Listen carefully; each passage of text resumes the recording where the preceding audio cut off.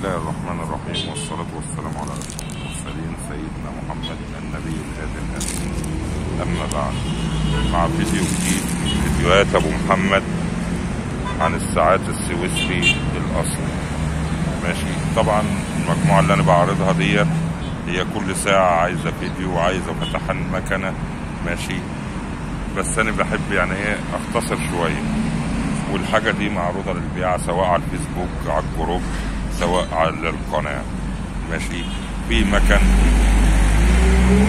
في ساعات.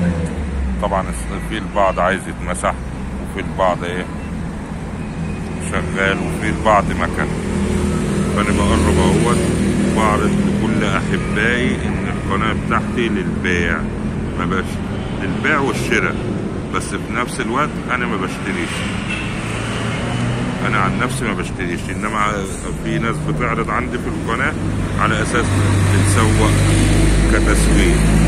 ماشي، وطبعا الحاجة بتبقى معروضة لأعلى سعر، وساعة ما ربنا بيأذن بتتباع. طبعا بصور وش وظهر اهوت الساعة. طبعا انا خلاف زيزو وخلاف، مش عايز اسمي ناس، خلاف 99% و9 من الناس بعملية الكذب، لأني اتعاملت معاهم كلهم. يقول لك الساعة الفلانية ما تفرطش فيها، كلها ذهب، كلها ألماس، كلها ياقوت، كلها أحجار كريمة. طب أنا عندي نفس الساعة يا عم وأصورها لك وأبعتها لك. ماشي، دي طبعا داخلها مية بقالها سنين ومجنزرة، بس ساعة سويسري أصلي. ماشي، تيجي تتصل بالعامل القناة ده مؤاخذة يتهرب منك.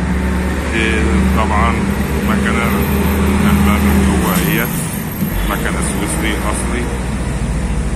طبعا القطعة بتساوي فلوس، فطبعا كل من مشترك أو كل من يريد عليه الاتصال بالأرقام الموجودة في الفيديوهات المسبقة. ماشي، وبإذن واحد أحد ربنا يوفق ويجعلنا أسباب لبعضنا. أهم حاجة يا ريت الناس تصلي على سيدنا رسول الله.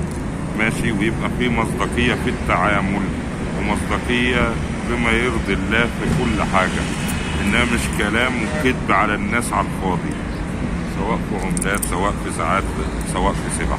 وأرجو من أحبائي الاشتراك في القناة لنقل كل ما هو جديد، وتفعيل زر الجرس. والسلام عليكم ورحمة الله وبركاته.